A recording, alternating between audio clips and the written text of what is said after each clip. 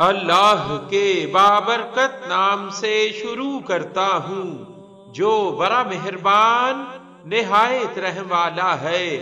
اور درود لا محدود حضور صلی اللہ علیہ وآلہ وسلم کی بارگاہ ناز کے اندر، بارگاہ پروقار کے اندر ہدیتن، عقیدتن، محبتن، نذرانتن، تحفتن، مودتن، ادبن پیش کرنے کے بعد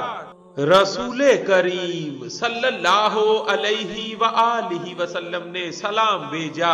حضرت یحییٰ کرمانی رحمت اللہ تعالی علیہ نے فرمایا، ایک دن میں ابو علی بن شازان کے پاس تھا کہ ایک نوجوان آیا، ہم میں سے کوئی بھی اسے نہیں جانتا تھا۔ اس نے آ کر ہمیں سلام کیا اور پوچھا، تم میں سے ابو علی بن شازان کون ہے؟ ہم نے ان کی طرف اشارہ کیا تو اس نوجوان نے ان کے پاس جا کر کہا، اے شیخ، میں خواب میں رسول کریم صلی اللہ علیہ وآلہ وسلم کی زیارت سے مشرف ہوا ہوں، تو آپ صلی اللہ علیہ وآلہ وسلم نے حکم فرمایا کہ ابو علی بن شازان کی مسجد پوچھ کر وہاں جانا،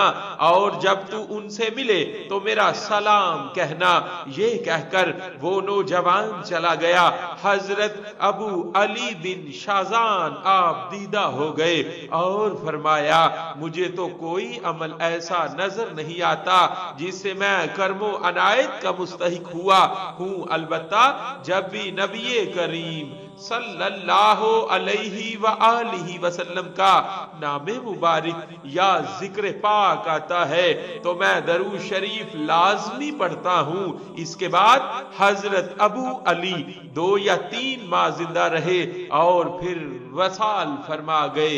صلی اللہ علیہ وآلہ وسلم۔